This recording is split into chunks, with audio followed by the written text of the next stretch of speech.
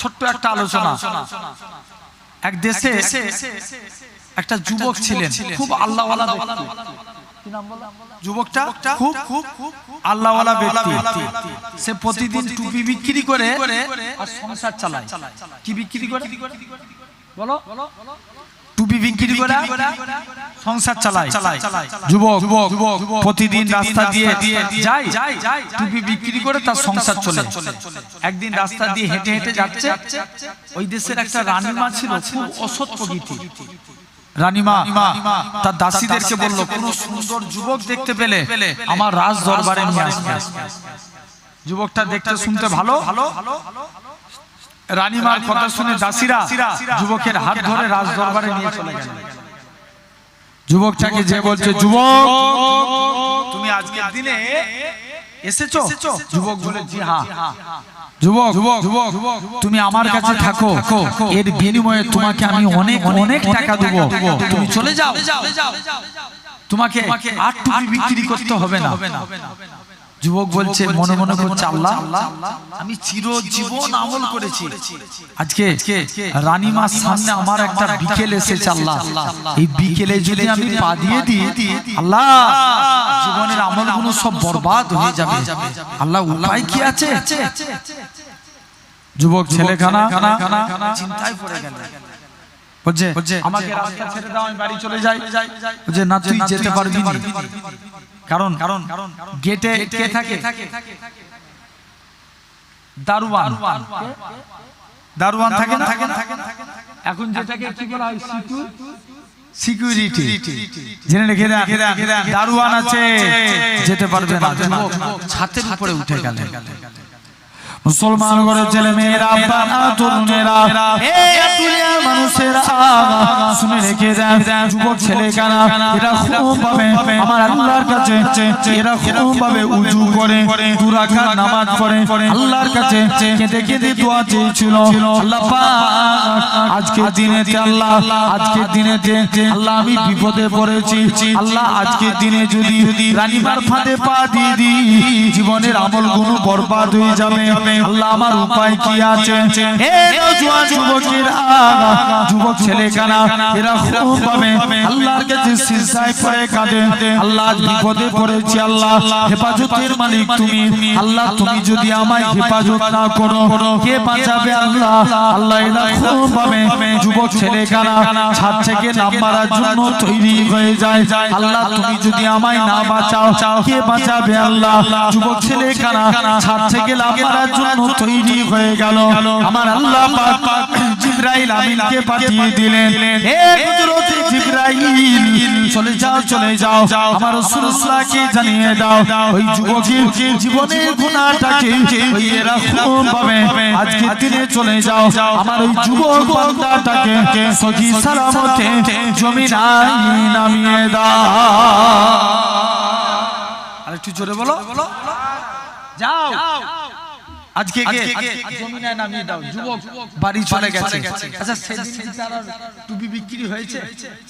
কথা বলে আর স্ত্রী বল, টুপি বিক্রি হলে সংসার চলে। সেদিন আর টুপি বিক্রি হয় না।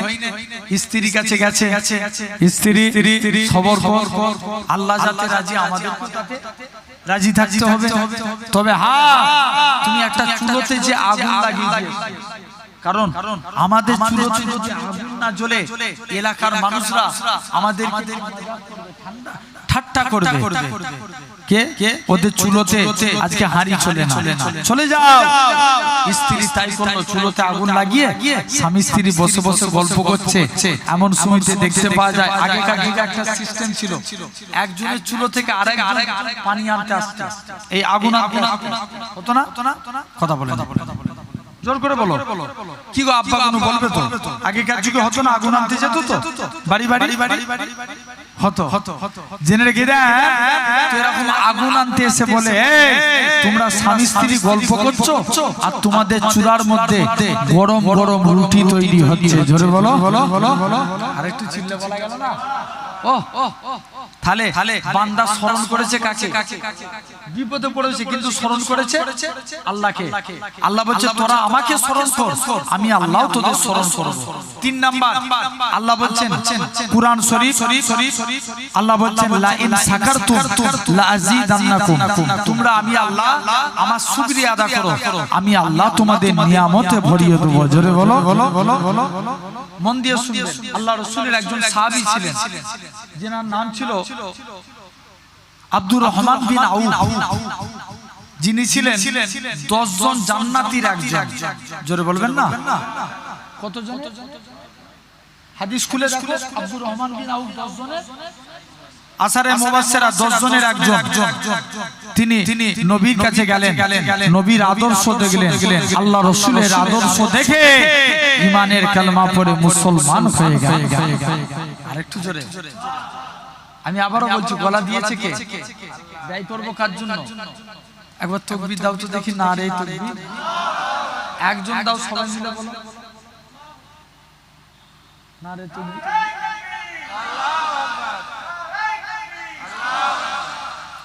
জেনে রেখে দেন ভাইরা, আব্বারা, তরুণেরা আসেন, তাহলে লক্ষ্য করে দেখবেন, একটু মন দিয়ে শুনে।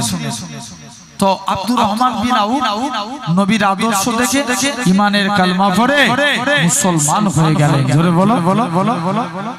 মুসলমান হয়েছে, মক্কার কাফেররা জুলুম করছে, নবীর কাছে গেলেন, হুজুর মুসলমান হয়েছে বলে মক্কার কাফেররা আমার উপরে জুলুম করছে।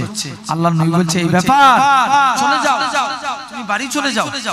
হযরতে আব্দুর রহমান বিন আউফ আস্তে আস্তে করে বাড়ি চলে গেলেন। আবার নবীর কাছে এসে, হুজুর মুসলমান হয়েছি বলে মক্কার কাফেররা আমার উপরে জুলুম করছে। আল্লাহর নবী বলছে এই ব্যাপার, যাও তুমি আজকের দিনে হাবশায় হিজরত করো।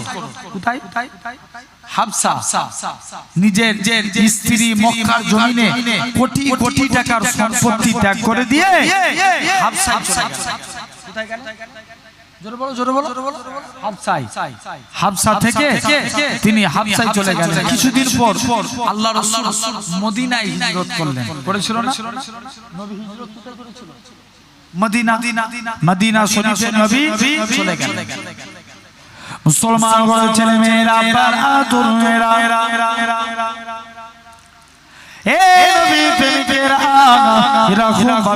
আল্লাহ নবী আবু বকরকে সাথে নিয়ে মদিনা দিকে চলে যায়।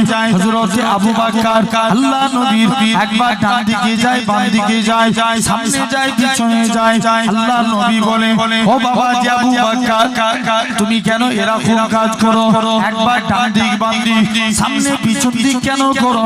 হযরত আবু বকর বলে, ইয়া রাসূলুল্লাহ হাবিবাল্লাহ, চতুর্দিকে আপনার দুশমনে বলা, হুজুর কেউ যদি আপনাকে লক্ষ্য করে তীর ছুঁড়ে মারে, আমি আবু বকর আমায় লেগে যাবে, হুজুর আমি মারা যাব, এতে কোনো যায় আসে না।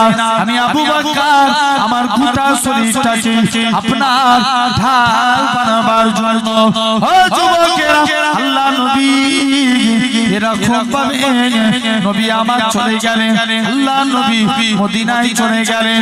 এদিকে মদিনায় গেলেন, মদিনার যুবকেরা সেদিন তারা খাজুর গাছের উপরে ওঠে, সেদিন তারা পড়েছিল সালাল বাদুর আলাইনা মিন সানিয়াতিল বিদাই ওয়াজাবা শুকরু আলাইনা মাদারিল্লাহি দাই। ও যুবকেরা, আল্লাহ নবী মদিনায় চলে গেলেন। মদিনার যুবকেরা আল্লাহ নবীকে গোল করে ঘেরাও করে নিল। আল্লাহ নবী বলে, হে মদিনা মানুষেরা, তোমরা আমি নবী আমাকে কতটা ভালোবাসবে? মদিনার যুবকেরা, মদিনার তরুণেরা বলেছিল, ওগো নবী মনে কষ্ট নেবেন না, যতক্ষণ আমাদের শরীরে জানটুকু বেঁচে থাকবে আপনার ক্ষতি হতে দেব না।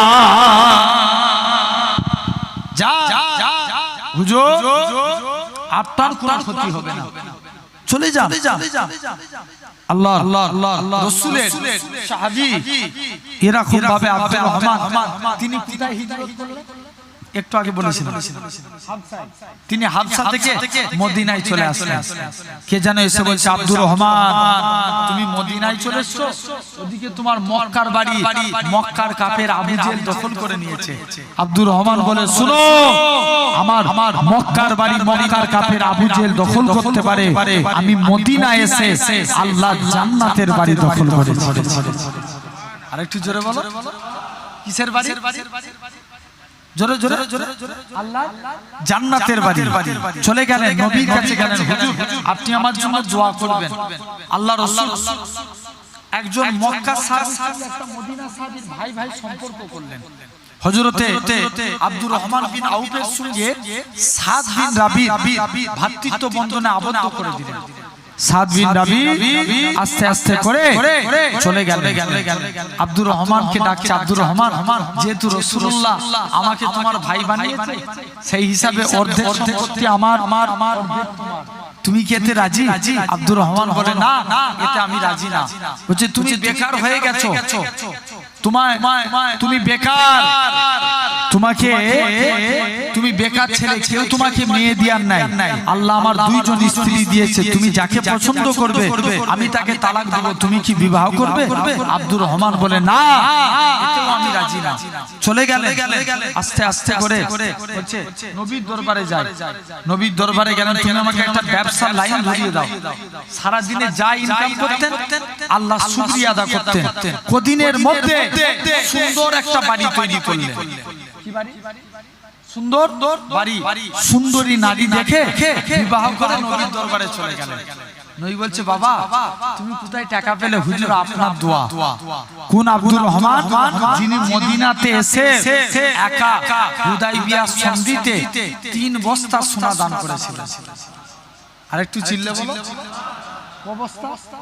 3 বস্তা।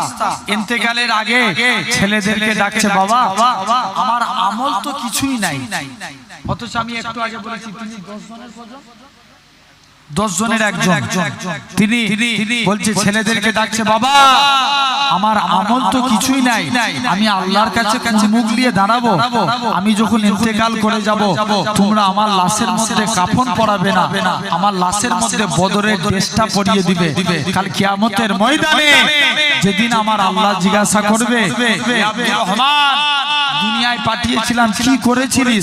আমি আব্দুর রহমান আমার আল্লাহকে বদরের ড্রেসটা দেখাবো, আল্লাহ তোমার দিনকে জিন্দা করার জন্য নিজের জীবনকে কুরবান করে দিয়েছি। আরেকটু জোরে বলা গেল না? ভাই এটা হলো 3 নাম্বার। তাহলে তৃতীয় নাম্বার ওয়াদা হয়ে গেল। চতুর্থ নাম্বার ওয়াদা আল্লাহ কুরআন শরীফ আল্লাহ বলছেন, আস্তাগফিরুল্লাহ ইন্নাল্লাহা গাফুরুর রহিম। আল্লাহ বলছে, বান্দা তোরা আমার কাছে তওবা চা, আমি আল্লাহ তোদের maaf করে দেব। জোরে বলো। মনে করেন আচ্ছা আপনারা বড় বড় শপিং মলে যান, আরে কথা বলেন, জানতো দেখবেন লিখা থাকে বাংলাতে বা আন্ডার বা লিখা থাকে আপনি সিসি ক্যামেরার আওতায় আছে। লিখা থাকে না? থাকে না? বড় বড় ভাই আপনি কোথায় ঘাট মুচকাচ্ছেন, আপনি কি করছেন না করছেন, সমস্ত কিছু এই সিসি ক্যামেরায় লিখা উঠে। যখন দেখবেন তারা পরে প্লেব্যাক করে সব সিসি ক্যামেরায় ফুটে ওঠে না? আরে কথা বলে না, জোর করে বলো, ফুটে উঠে সিসি ক্যামেরায়। জেনে রেখে দেন এরা খুব ভাবে আল্লাহ আই থেকে আমাদের জন্ম সাথে সাথে আল্লাহ আমাদের 2 কাঁধে সিসি ক্যামেরার মধ্যে 2টো ফেরেশতা নিযুক্ত করে দিয়েছে। হ্যাঁ না? প্রতিটা মানুষের কাছে সে ফেরেশতার নাম কি? কিরামান কাতিবিন। কিরামান কাতিবিন। দেখবেন আপনি যা করছেন সব লেখা হচ্ছে। আর মনে করো এই জায়গায় বসেছি নেকির জায়গায়, এটা ফেরেশতারা দেখতে পাচ্ছে না, পায় না? কথা বলে, জোর করে বলো, আল্লাহ দেখতে পাচ্ছে না, পাইনি? পাচ্ছেন। জেনে রেখে দেন কিরকম ভাবে আপনি যখন অন্যায় করবেন মনে করবেন কেউ দেখতে পায়নি, কিন্তু একজন দেখতে পায়, তিনি হলো আমার আল্লাহ। ঠিক না? যখন তুমি নেকির কাজ করেছো, তুমি মনে মনে করছো আল্লাহ আমি একটা নেকির কাজ করলাম, এই জলসায় আমি 2000 টাকা দান করলাম, আল্লাহ আমি ভালো কাজ করেছি, আল্লাহ তুমি দেখছো। তোমার এটা মনে হচ্ছে, তুমি এটা কেন মনে করোনি যখন তুমি গুনাহ করো এটাও তো তোমার আল্লাহ দেখলা, ঠিক না যুবক? তাই আল্লাহর কাছে তওবা ইস্তেগফার করে ফিরে আসো। আরেকটা হাদিস শরীফ বলছি আপনাদের। আল্লাহ রাসূল পাকের একজন সাহাবী ছিলেন, যিনার নাম ছিল আল্লাহ রাসূলের সাহাবী, যিনার নাম ছিল হযরতে জলিলুল কাদের সাহাবী হযরতে কাব বিন মালিক। কি নাম বললাম?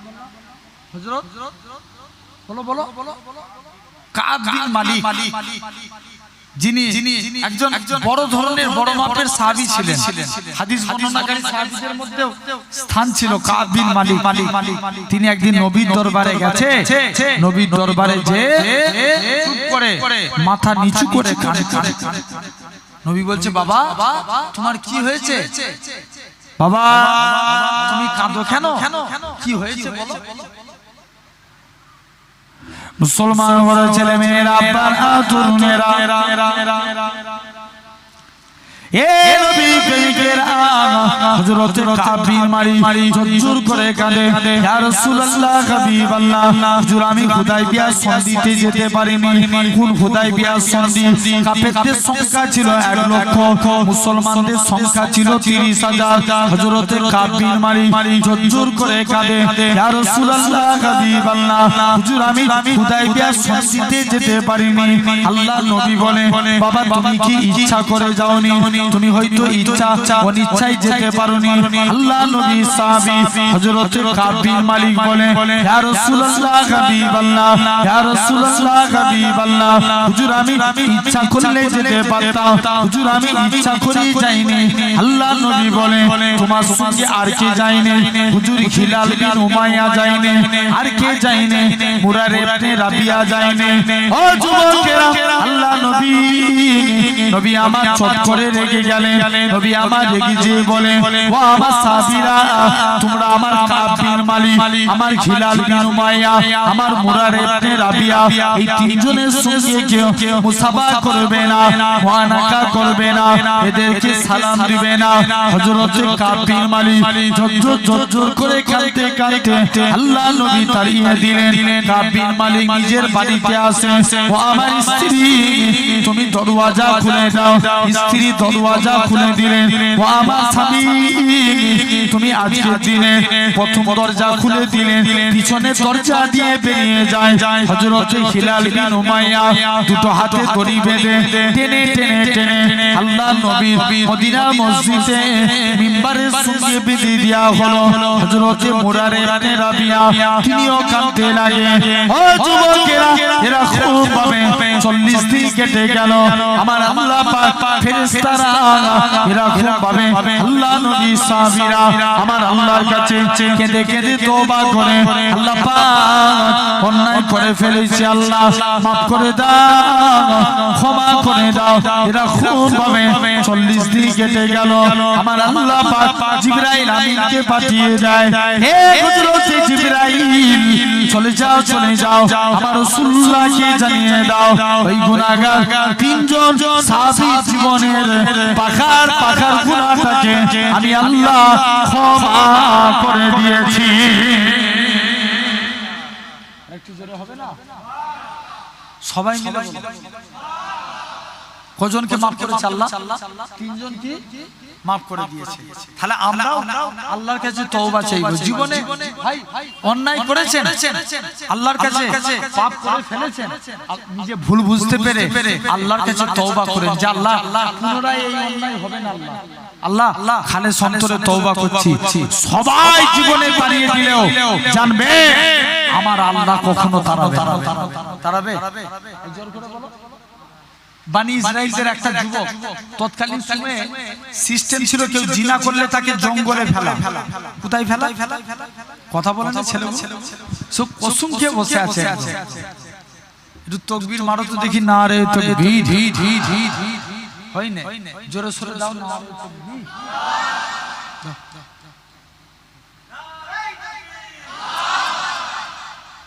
জেনে রেখে দেন বনি ইসরাইলদের একটা যুবক জিনা করেছে। তৎকালীন সময়ে সিস্টেম ছিল কেউ জিনা করলে তাকে জঙ্গলে ফেলে দেয়া। কোথায়? জোরে বলো। জঙ্গলে সবাই মিলে ধরে জঙ্গলে ফেলে দিয়েছে। বনি ইসরাইলের যুবকটা জঙ্গলে ফেলে দিয়েছে। আস্তে আস্তে করে বনি ইসরাইলের যুবক জঙ্গলে পড়ে আছে।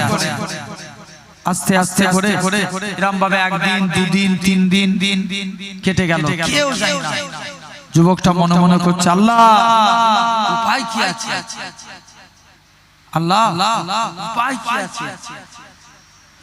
মুসলমান ছেলে মেয়েরা, তরুণেরা, হে প্রেমিকেরা, এরকম ভাবে বনি ইসরাইলের যুবকখানা আস্তে আস্তে করে আমার আল্লাহর কাছে কেঁদে কেঁদে তওবা করে, আল্লাহ পাক এরকম ভাবে আপনার কাছে সাহায্য চাই। আল্লাহ তুমি আমায় হেফাজত করো।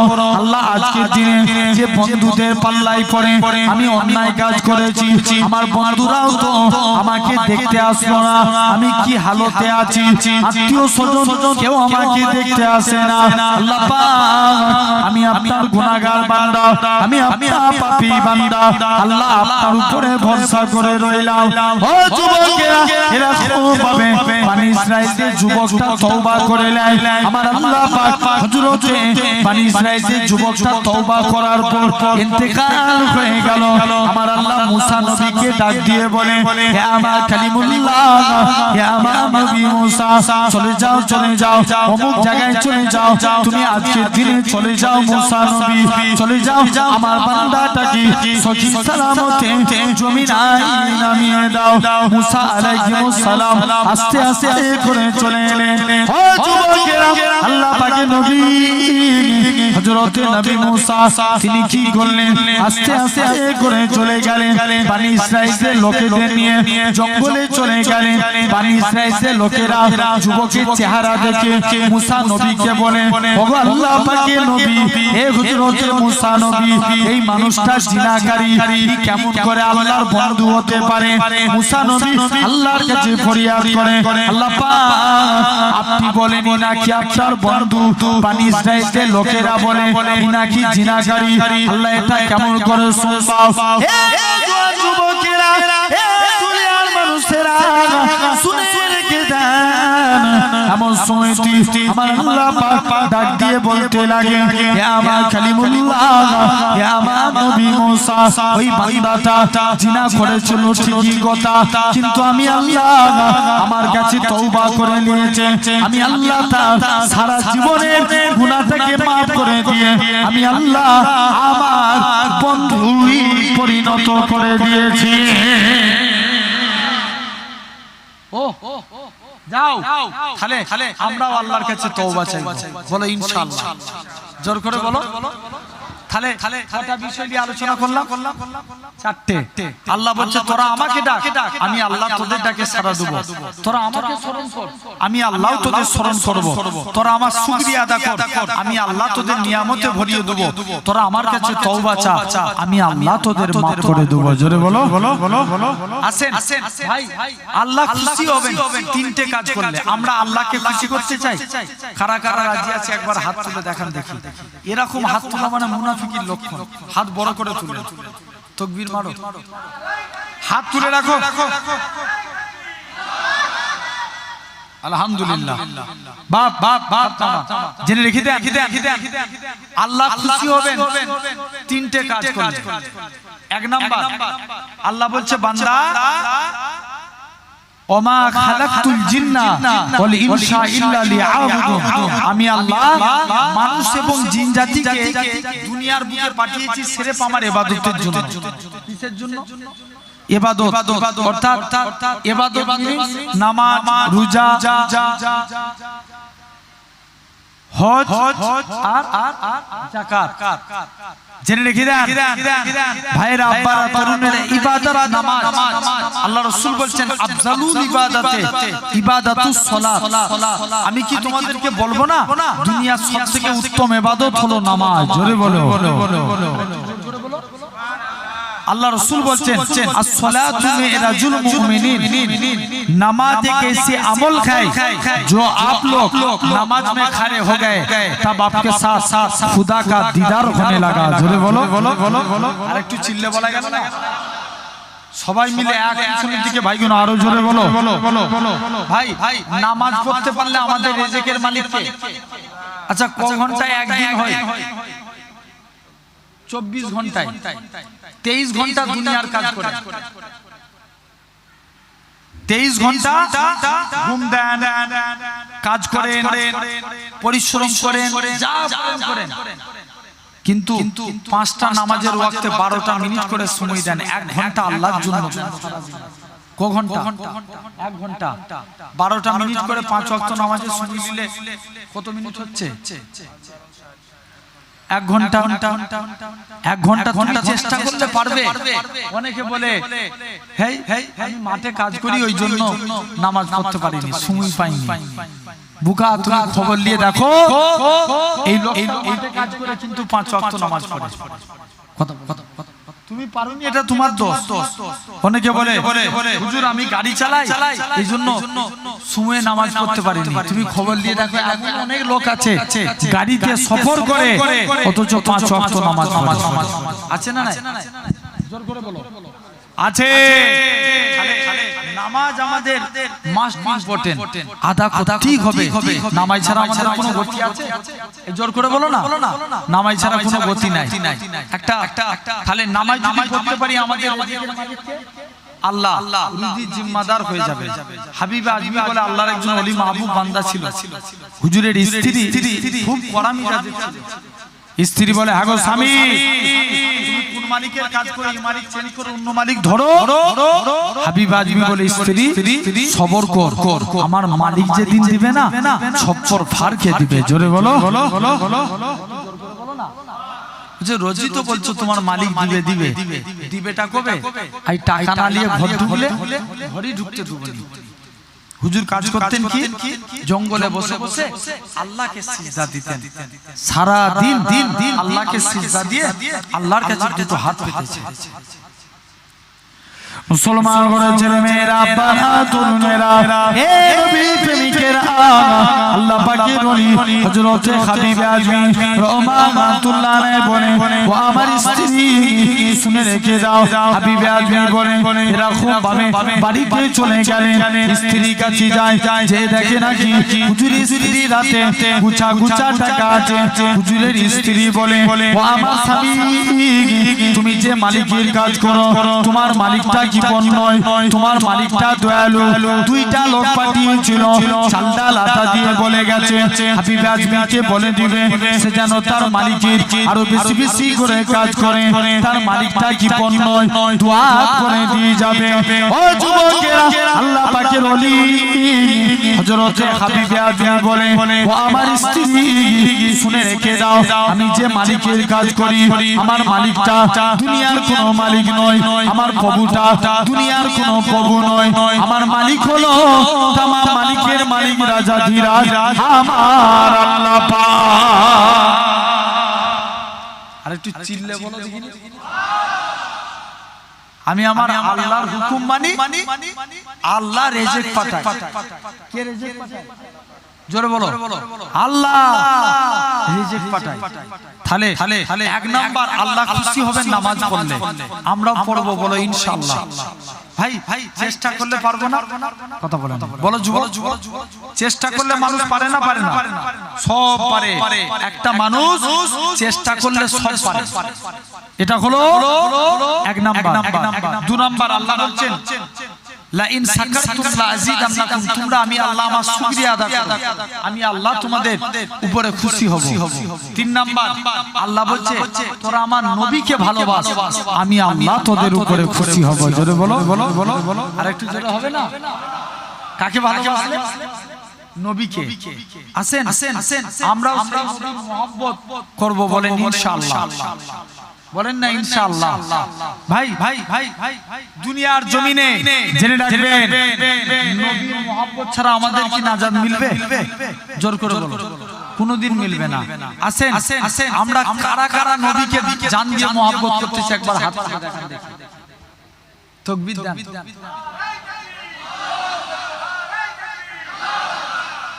আলহামদুলিল্লাহ।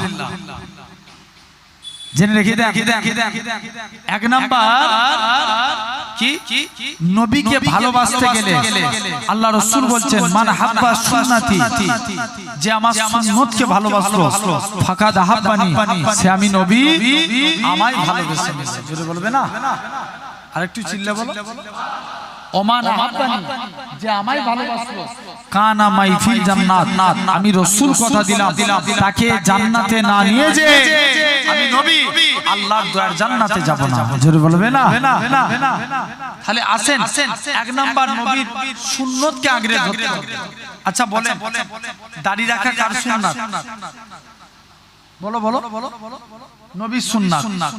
শিখ ধর্মের একজন নেতা আছে গুরু নানক, কি নাম বললাম? গুরু নানক। নানকজি বলেছিল তোমরা যারা অনুসারী হবে মাথায় পাগড়ি মুখে দাড়ি রাখবে। বলেন আব্বারা যত শিখ পাঞ্জাবির মডেল সব মাথায় পাগড়ি মুখে দাড়ি রাখে না? রাখে। তারা তাদের নেতার অনুসরণ করে চলেছে, আর আমরা নামাজে বলি সাইয়্যিদানা ও মাওলানা মুহাম্মদ। পড়া হয় না? সাইয়্যিদানা মাওলানা মুহাম্মদ। আল্লাহ নেতা হিসাবে সরদার হিসাবে মানি নবী মুহাম্মদ সাল্লাল্লাহু আলাইহি ওয়াসাল্লামকে, নবীকে নেতা বলে মেনে নেন, আল্লাহ আপনাকে কবুল করে নেবে। জোরে বলো। আর একটু চিল্লা বলা গেল না? তাহলে এক নাম্বার আমরা যদি দিনে একটা সুন্নত মানি, বছরে কটা মানা হবে? যে 365টা দিন ছেড়ে দেন। মাসে একটা মানবেন, বছরে 12টা। মাসে একটা করে মানেন। কেমন? এক নাম্বার। তাহলে এই দাড়ি রাখা কার সুন্নাত? জোরে বলো। নবীর সুন্নাত। তাহলে দাড়ি কেটে কি ঘোরা যাবে? আরে কথা বলেন। অনেকে দেখবেন বুড়ো হয়ে গেছে, চুল দাড়ি পেকে গেছে, বাপ কেউ দেখান নাই। চুল দাড়ি পেকে যাওয়া মানে মরণের টিকিট চলে আসে। চুল দাড়ি পেকে যাওয়া মানে মরণের টিকিট চলে আসা। শুধু আল্লাহর ডাকের জন্য প্রস্তুত হয়ে যাও। তাহলে দাড়ি কেটে ঘুরছেন, নবীর সুন্নতকে মেনে নেন, আল্লাহ আপনাকে কবুল করে নেবে। জোরে বলো। একটু চিল্লে বলা গেল। আসেন এটা হলো এক নাম্বার। দুই নাম্বার ভাই এরকম ভাবে যখন আমরা জামা পরব, এমনি তো জামা পরেন, যখন জামা পরবেন আগে ডান হাত দিবেন। কোন হাত? ডান হাত। পায়জামা পরবেন ডান পা দিবেন। কোন পা? ডান পা। স্যুট পরবেন ডান পা। গেঞ্জি পরবেন ডান হাত। কাউকে কিছু দিবেন ডান হাত। কারু গাইতে কিছু নিবেন ডান হাত।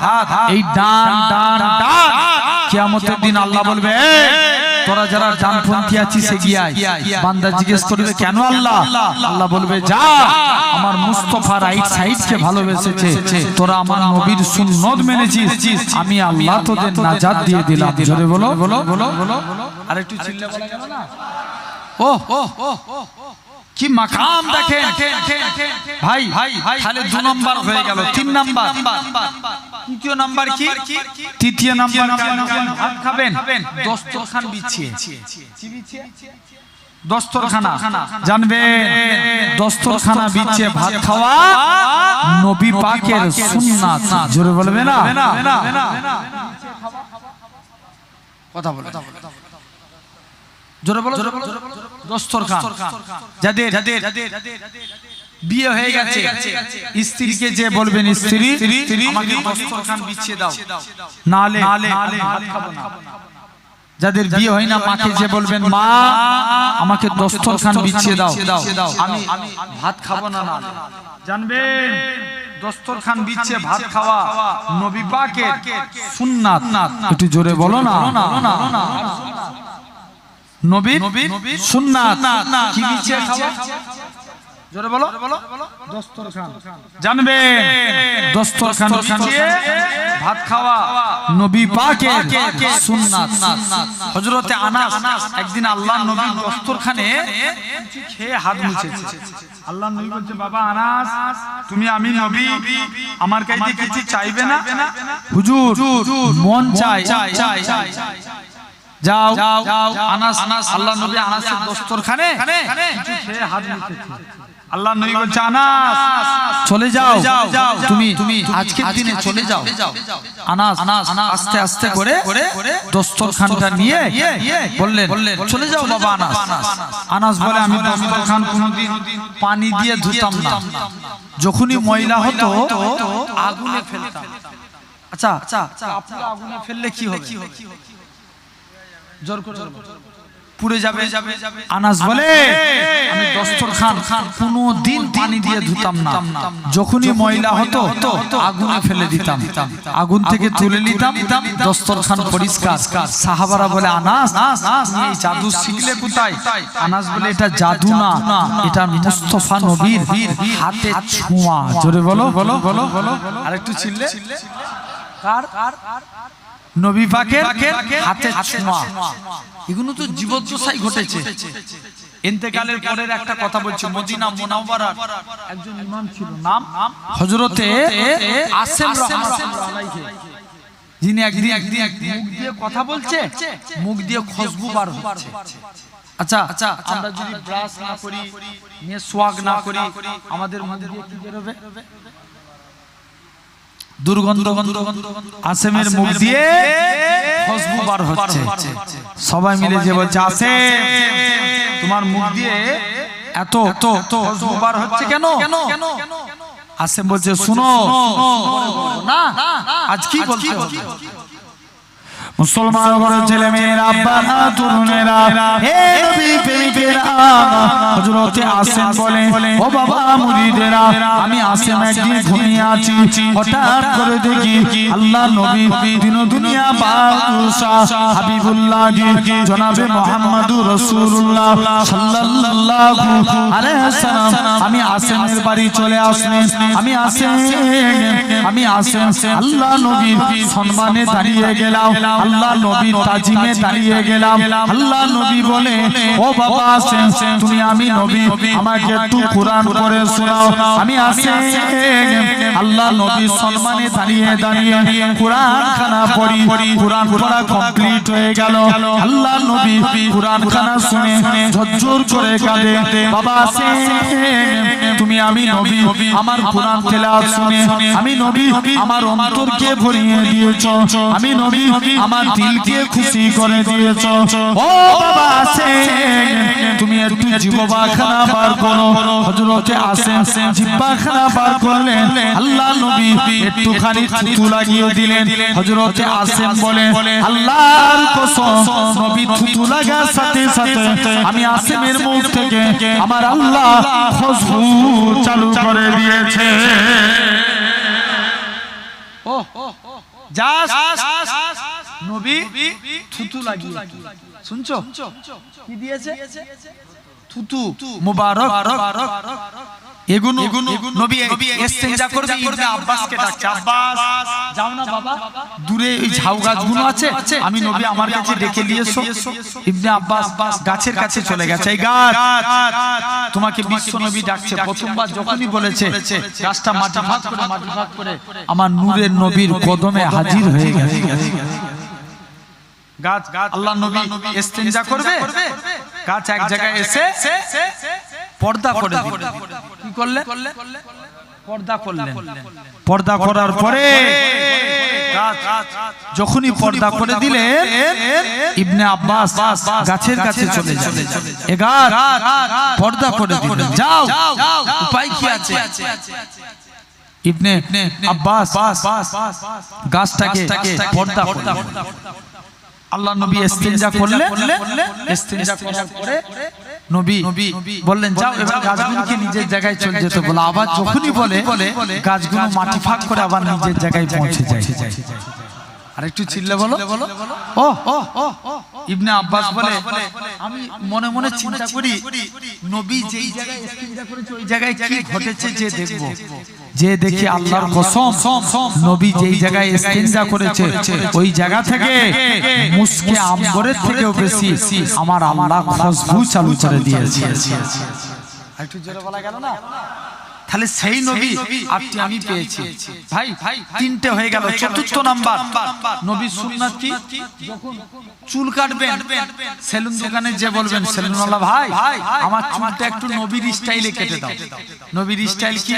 এই ধারগুলো ছোট উপরটা বড় না, নবীর স্টাইল চারিদিকটা সমান করে কাটা আর পিছনে বাবরি রাখে।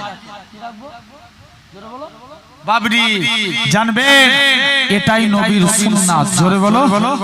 আরেকটু চিল্লে বলো কার সুন্নাত? জোরে বলো নবীজির সুন্নাত। তাহলে আমাদেরকেও নবীর সুন্নাত আগে ধরতে হবে। বলো ইনশাআল্লাহ। জোর করে বলো। ভাই জানবেন তিনটে জিনিস আল্লাহ আমার আপনার নবীর কত মাকাম দিয়েছে। তিনটে জিনিস ইবাদাতুল্লাহ, কিতাবুল্লাহ, কাবাতুল্লাহ। জানবেন এই তিনটের থেকেও সম্মান বেশি রাসূলুল্লাহর। জোরে বলো। আর একটু চিল্লা বলা গেল না? কার সম্মান বেশি? রাসূলুল্লাহ। আচ্ছা বলেন, এক নাম্বার ইবাদাতুল্লাহ মানে নামাজ। নামাজ আগে না নবী আগে? ঠিক করে বলো। অবশ্যই নবী আগে। নবী না এলে নামাজও হতো না। আল্লাহ কোরআনে ৮২ জায়গায় নামাজের কথা বলছেন। আকিমুস সালাত, তোমরা নামাজ কায়েম করো। আচ্ছা বলো তো আল্লাহ কোন জায়গায় বলেছে তোরা এইভাবে রুকু দিবি, এইভাবে সিজদা দিবি? বলেছে? আল্লাহ বলেন না, আল্লাহ শুধু বলছে আকিমুস সালাত, তোমরা নামাজ কায়েম করো। সাহাবারা নবীর কাছে গেলেন, ইয়া রাসূলুল্লাহ আল্লাহ তো নামাজ পড়তে বলছে, কেমন করে নামাজ পড়বো? নবী বললেন আমি যেমন ভাবে নামাজ পড়ছি তোমরা দেখো। নবী নামাজ পড়া দেখালেন, সাহাবারা নবীর স্টাইলকে কপি করলেন, সাহাবীদের স্টাইলকে কপি করলেন তাবিরা, তাবিদের স্টাইলকে কপি করলেন তাবিরা। বর্তমানে আমরা যে নামাজটা পড়ি এটা নবী মুস্তাফার স্টাইলে নামাজ। জোরে বলো। আর একটু জোরে হবে না? তাহলে নামাজের থেকে সম্মান বেশি কার? রাসূলুল্লাহ। ২ নাম্বার ভাই তাহলে নামাজ কি কুরআনের থেকে এরকম ভাবে ২ নাম্বার নামাজের পর যাকাত, যাকাতের থেকেও সম্মান বেশি রাসূলুল্লাহর। জোরে বলবে না? রোজার থেকেও সম্মান বেশি রাসূলুল্লাহ। হজ, আমি গত বছর উমরা হজে গিয়েছিলাম, তো যে দেখি মদিনা শরীফের তুলনায় মক্কা শরীফে ভিড় বেশি। কোথায়? জোর করে বলো। মক্কায়। কারণ হজ করতে ইহুদিরাও যায়, লামাজাবিও যায়, অনেকে হজ করতে যায়, কিন্তু অনেকে আবার যে মশলা মারে কি মনে করেন উমরা করতে যাবেন, উমরার আরকান ৪টে, ইহরাম পরা, তোয়াফ করা, সাই করা, মাথার চুল ফেলে দিয়া। বলছে কেন মদিনায় যাব? অনেকে মশলা মারে।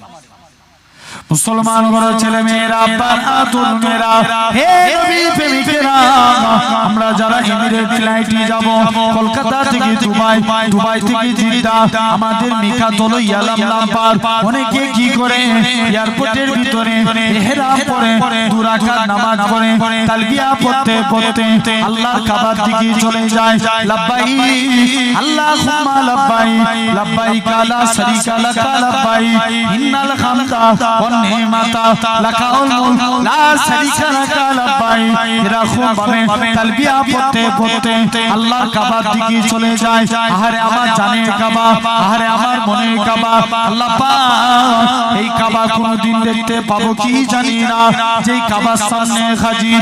হে নওজোয়ান যুবকেরা, যখন আল্লাহর বান্দারা কাবার কাছে চলে যায়, এরা অন্য কেউ নয়, এরা হলো আল্লাহর মেহমান। আরো জোরে বলেন শুধু তাই নয়, কাবাকে তওয়াফ করে মাকামে ইব্রাহিমকে লক্ষ্য করে 2 রাকাত নামাজ পড়ে জমজমের পানিকে সাফা মারওয়া সাই করে মাথার চুল ফেলে দেয়। অনেকে বলে কেন আমরা মদিনায় যাব, কত বড় কপাল ফাটা থাকে, এই কাবা শরীফ হতো না আমার রাসূলুল্লাহ যদি না হতো, ইব্রাহিম নবীও হতো না আমার রাসূলুল্লাহ যদি না হতো, ইসমাইল নবীও হতো না আমার রাসূলুল্লাহ যদি না হতো। যে নবীর খাতিরে আল্লাহ পাক কাবাকে শরীফ করেছে, কেন না নবী আমার মসজিদে কিবলাতাইনে 2 রাকাত নামাজ পড়ে, নবী আমার 2 রাকাত নামাজ পড়ে, নবী আমার মনে মনে পড়ে আল্লাহ পাক আপনি যদি কাবাকে কিবলা করে দেন আমি নবী এতেই বড় খুশি। আমার আল্লাহ জানিয়ে দেয় হে আমার হাবিব আপনি সিজদা থেকে মাথা তুলুন, আমি আল্লাহ পাক আপনার খাতিরে আমি আল্লাহ কাবাকে কিবলা করে দিলাম। কার খাতিরে? জোরে বলো, নবীজির খাতিরে কাবা কিবলা হলো, বলো নবীর খাতিরে। তাহলে এই ইবাদাতুল্লাহ থেকেও সম্মান বেশি রাসূলুল্লাহর। জোরে বলো, বাকি রইল দুটো, তার আগে একবার দরুদ পড়েন আল্লাহুম্মা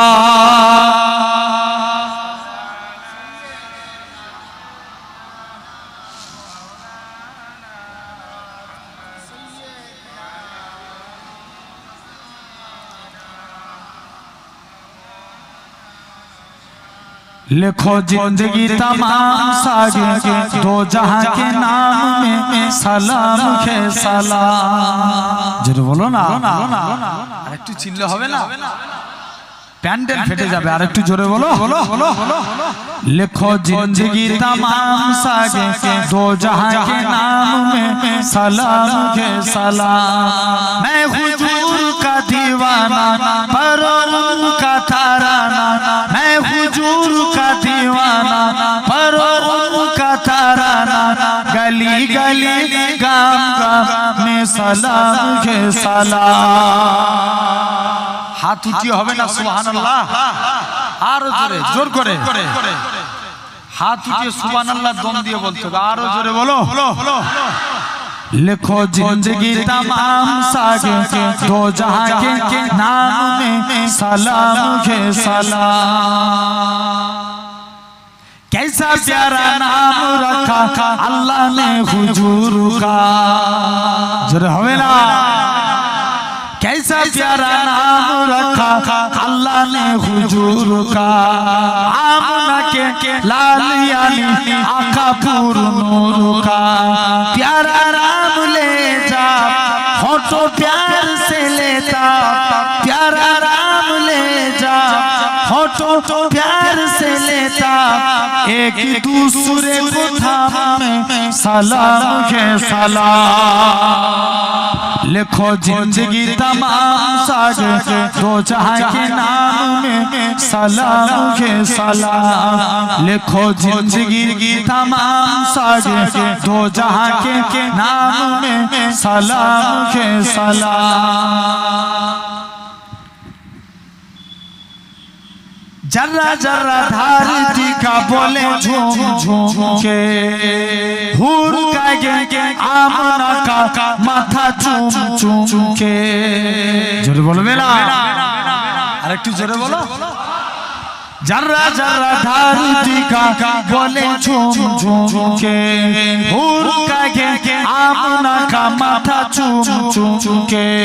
ओ मुबारक के ईमान आज आया तेरे खुदा को खासीना में सलाम के सलाम। लिखो जिंदगी तमाम सागे 2 जहां के नाम में सलाम के सलाम। लिखो जिंदगी तमाम सागे 2 जहां के नाम में सलाम के सलाम। कितना था प्यार प्यारा मदानी हुजूर का, জোরে বলো না, আরেকটু চিল্লে হবে না, আরো জোরে বলো। कितना था प्यार प्यारा मदनी हुजूर का नूर था नन्ना मुन्ना था नाए हुजूर का के नबी ताजदार याद आए बारे बार के नबी ताजदार याद आए बारे बार उस हासी सुबह शाम में सलाम के सलाम लिखो जिंदगी तमाम साजे दो जहां के नाम में सलाम के सलाम लिखो जिंदगी तमाम साजे दो जहां के नाम में सलाम के सलाम अल्लाहुम्मा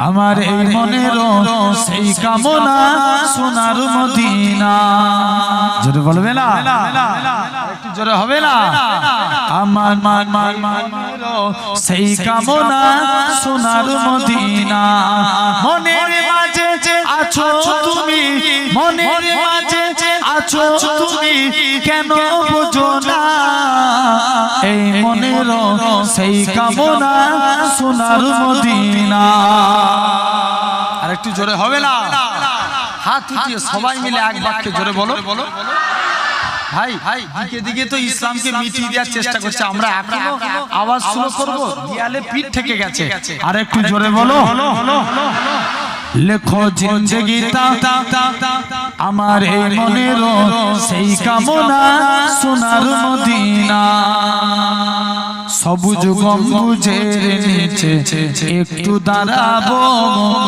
প্রাণের প্রিয় নবীজিকে সালাম জানাবো সবুজ গম্বুজের নিচে একটু দাঁড়াবো আমার প্রিয় নবীজিকে সালাম জানাবো জাগার প্রেমে পাগল হয়ে জাগার প্রেমে পাগল হয়ে হলাম দিওয়ানা এই মনের সেই কামনা সোনার মদিনা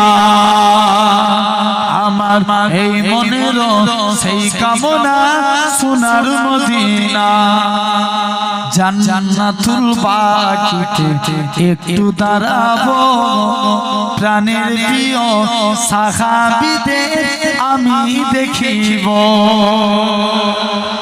জান্নাতুল বাকিতে একটু দাঁড়াবো প্রাণের প্রিয় সাহাবীদের আমি দেখিব যাদের কথা পড়লে মনে যাদের কথা পড়লে মনে কান্না থামে না এই মনের সেই কামনা সোনার মদিনা আমার এই মনের সেই কামনা সোনার মদিনা জন্মভূমিতে মন আর যে টেকে না পাখি হলে উড়ে যেতাম সোনার মদিনা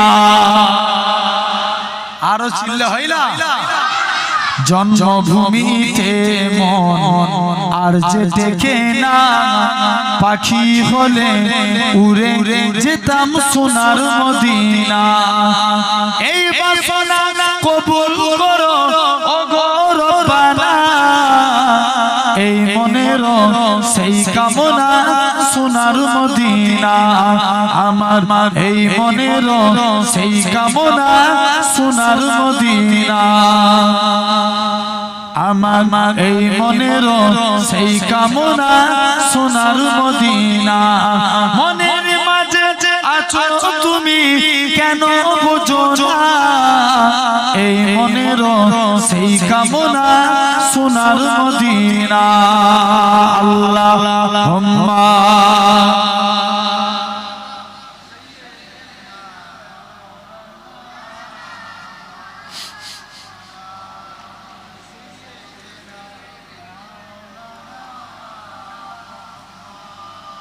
আমার ভাইরা আব্বারা তরুণেরা আল্লাহ আমাদের কবুল করে নেন সকলে বলি আল্লাহুম্মা আমিন জেনে রেখে আমি তিন নাম্বার কথা বলছিলাম। দ্বিতীয় নাম্বার কুরআনের থেকেও সম্মান বেশি রাসূলুল্লাহর। জোরে বলো বলো বলো বলো। কার থেকে? কুরআনের থেকে। ভাই সব নবীরা কিতাবের পিছনে দৌড়েছে। মুসা নবীর উপরে নাজিল হয়েছিল তাওরাত, তুর পাহাড়ে আনতে গেলে। কোথায়? বলো বলো। তুর পাহাড়ে মুসা নবীর উপরে নাজিল হয়েছিল তাওরাত, তুর পাহাড়ে আনতে গেলে। ঈসা নবীর উপরে নাজিল হলো ইনজিল। ইনজিল তিনটে জায়গায়, আল কুদস, রামাল্লাহ, বাইতুল্লাহাম, তিন জায়গায় ইনজিল নাজিল হলো। ঈসা নবী আনতে গেলেন। সব নবীরা কিতাবের পিছনে দৌড়েছে। কার পিছনে? জোরে বলো। কিতাবের পিছনে। সব নবীরা কিতাবের পিছনে দৌড়েছে।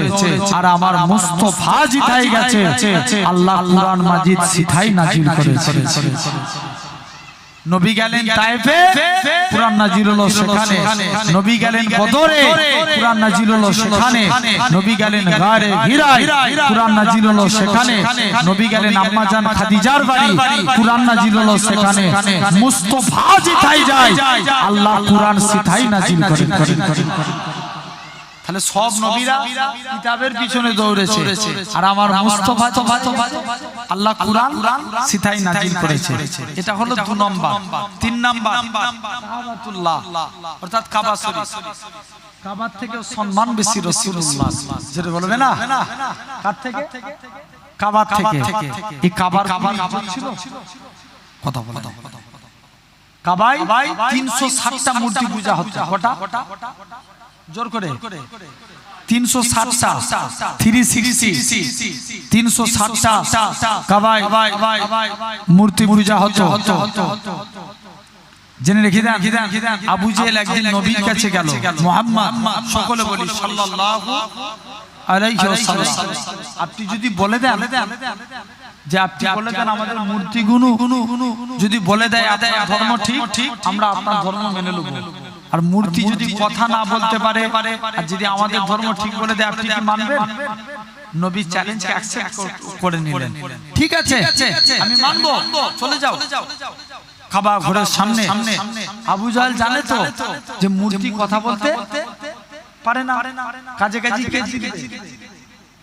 আবু জাহেল কাজে কাজে জিতবেটাকে? আবু জাহেল চলে গেছে নবীর কাছে। যে কাবা ঘরের সামনে হাজার হাজার মানুষ। আবু জাহেল বলে, এই সবাই আজকে দেখবে, চলো ঠিক করে। আবু জাহেল মূর্তির কাছে চলে যায়। মূর্তি বলে, দাও তো আমাদের পূর্বপুরুষদের ধর্ম ঠিক। মূর্তির ভিতর থেকে আওয়াজ আসে, লা ইলাহা ইল্লাল্লাহ মুহাম্মাদুর রাসূলুল্লাহ। সকলে বলি সাল্লাল্লাহু আলাইহি ওয়াসাল্লাম। একবার চিল্লে বলো, চলে যাও। মূর্তির কাছে চলে যাও। আবু জাহেল করে মূর্তির কাছে চলে গেল। জেনে রেখে দেন, আস্তে আস্তে করে আবু জাহেল মূর্তির কাছে এরকম ভাবে হাজার হাজার মানুষ মূর্তির ভিতরে আওয়াজ আসছে, লা ইলাহা ইল্লাল্লাহ মুহাম্মাদুর রাসূলুল্লাহ। সকলে বলি সাল্লাল্লাহু আলাইহি ওয়াসাল্লাম। আবু জাহেল বলছে, শুনো মক্কার মানুষ, শুনো, আমার ভাতিজা আজকের দিনে কষ্ট, এরা আজকে মূর্তিগুলোকে জাদু করে ফেলেছে। সবাই মিলে মারো। আল্লাহ নবীকে পাথর ছুঁড়ে ছুঁড়ে মারতে লাগে। আল্লাহ নবীকে পাথর ছুঁড়ে ছুঁড়ে মারতে লাগে। মুসলমান ঘরের ছেলে মেয়েরা, বাবা তরুণেরা, হে নবী প্রেমিকেরা, এরা খুব ভাবে আল্লাহ নবীকে পাথর ছুঁড়ে ছুঁড়ে মারে। যেদিকে তাকায় আল্লাহ নবীকে পাথর ছুঁড়ে মারতে লাগে। আল্লাহ নবী সাহাবীরা নিজেদের শরীরের মধ্যে গেঁথে নেয়। এরা খুব ভাবে নিজেদের শরীরের মধ্যে গাঁথ করে নেয়। আল্লাহ নবীকে মাঝখানে রেখে দেয়, নিজেদের শরীরের মধ্যে করে নেয়। এরা খুব ভাবে করতে করতে এরা খুব ভাবে একটা শেষ জায়গায় পৌঁছে গেল। এদিকে আল্লাহ নবী চাচাজি হযরত আমিরে হামজা জঙ্গলে শিকার করে, জঙ্গলে গাছপালা তরুলতা বলে, হে রাসূলুল্লাহ চাচাজি, হে হযরত আমিরে হামজা, চলে যাও চলে যাও, সাহস যদি থাকে মক্কা মানুষদের বিরুদ্ধে অস্ত্র ধারণ করবে যাও। আমিরে হামজা শিকারখানা এরকম ভাবে শিকারখানা বন্ধ করলেন না, হুজুর আমার শিকারখানা শুরু করে দিলেন। আবারও জঙ্গলের হিংস্র পশু পাখিরা বলতে লাগে, হে রাসূলুল্লাহ সাহাবী, হে রাসূলুল্লাহ চাচাজি, হে হযরত আমিরে হামজা, সাহস যদি থাকে মক্কা মানুষদের বিরুদ্ধে অস্ত্র ধারণ করবে যাও, কেউ আগে আসে না। আমিরে হামজা শিকারখানা বন্ধ করে দিলেন, দৌড়ে দৌড়ে দৌড়ে নিজের স্ত্রীর কাছে যায়, ও আমার স্ত্রী বলো তো দেখি আমার ভাতিজার উপরে কি মক্কার মানুষেরা কষ্ট দিয়েছে? হ্যাঁ হ্যাঁ কষ্ট দিয়েছে। ও আমার স্ত্রী শুনে রেখে দাও, যতক্ষণ পর্যন্ত আমার ভাতিজার মুখ থেকে হাসি খানা না বুঝাতে পারি আমি আমিরে হামজা পানি পান করব না। ও যুবকেরা, আল্লাহর নবী চাচাজি হযরত আমিরে হামজা কাবা ঘরের সামনে চলে গেলেন। এ মক্কা কাফেরের দলেরা চলে যাও চলে যাও, এরকম ভাবে আমিরে হামজা আবু জেহেলের কাছে আগিয়ে আসে, আবু জেহেলকে একটা চড় মেরে জমিনায় ফেলে দিয়ে আমিরে হামজা এরকম ভাবে আল্লাহর নবীর কাছে যায়, হে হযরত মুহাম্মদ সাল্লাল্লাহু আলাইহি ওয়াসাল্লাম, আমি আপনার মারের বদলা মার খানা দিয়ে এসেছি। আল্লাহর নবী কি বলেছিলেন? চাচা জান, এতে আমি খুশি হলাম না, এতে আমি রাজি হলাম না, তবে তুমি কিসে খুশি? চাচা জান, আপনার খাপখানা বাড়িয়ে দেন, আজকে কে আমি ইমানে কালেমা পড়ে মুসলমান হয়ে গেলাম। যাও আমিরে হামজা এদিকে, আল্লাহর নবী বললেন, হাবিব চলে যাও, কলেমা প্রচার করবে। আস্তে আস্তে আস্তে আল্লাহর নবী চলে গেলেন। মক্কার মানুষেরা আমার আল্লাহকে আল্লাহ বলে মেনে নাও, আমাকে নবী বলে মানো, কেউ মোট কথা নবীর কথা শুনে না। চলো চলো চলো, আল্লাহর নবী আস্তে আস্তে করে চলে গেলেন। নবী এক জায়গায় চুপ করে দাঁড়িয়ে আছে। মুসলমান ছেলে মেয়েরা, আব্বারা, তরুণেরা, হে নবী প্রেমিকেরা, আল্লাহ নবী মনটা মারা করে চুপ করে এক জায়গায় দাঁড়িয়ে আছে। আমার আল্লাহ জানিয়ে দেয়, হে আমার হাবিব, আপনি আজকে দিনে কি ব্যাপার মন খারাপ? আল্লাহ নবী বলে, ও রব্বে আল্লাহ পাক, কেউ আমাকে নবী বলে মানে না, কেউ আপনাকে আল্লাহ বলে মানে না। আমার আল্লাহ জানিয়ে দেয়, হে আমার হাবিব শুনে রেখে দেন, কেউ আপনাকে নবী বলে মানুক না মানুক, এতে আমি আল্লাহ আমার কোনো যায় আসে না, কেননা আমি আল্লাহ তো আপনাকে নবী বলে মেনে নিয়েছি। আরো জোরে বলে, শুধু তাই নয়, আল্লাহ নবী আস্তে আস্তে করে এরকম ভাবে নবী আমার সর্বপ্রথম আবু বকরের কাছে গেলেন। ও বাবা জি আবু বকর, তুমি কি আমি নবী আমার কাছে আছি কলেমা পড়বে? হযরত আবু বকর বলেছিলেন, ইয়া রাসূলুল্লাহ হাবিবাল্লাহ, হুজুর চতুর্দিকে আপনার দুশমনে ভরা, হুজুর কেউ যদি লক্ষ্য করে আপনাকে তীর ছুঁড়ে ছুঁড়ে মারে, হুজুর আজকে দিনে বাবা জি আবু বকর তুমি কি আমার কাছে আজকে কলেমা পড়বে? হযরত আবু বকর বলেছিলেন, ইয়া রাসূলুল্লাহ হাবিবাল্লাহ, হুজুর আপনার হাতখানা বাড়িয়ে দেন, আজকে দিনে আমি ইমানে কালেমা পড়ে মুসলমান হয়ে গেলাম। আবু বকর মুসলমান হয়েছে বলে মক্কার কাফেররা আবু বকরকে এত মারা মেরেছিল, আবু বকরের গোটা শরীর দিয়ে টপ টপ টপ টপ করে রক্ত বেরোয়। আবু বকরের কোনো হুঁশ নাই, সন্ধ্যার টাইম হয়েছে, আবু বকরের হুঁশ ফিরেছে। আল্লাহ পাক আমার নবী কেমন আছে যে আবু বকর চলাফেরা করার ক্ষমতা নাই? আমার রাসূলুল্লাহকে দেখার সাথে সাথে আবু বকরের শরীরে যারা যন্ত্রণাটাকে আমার আল্লাহ নিবারণ করিয়ে দিয়েছিলেন।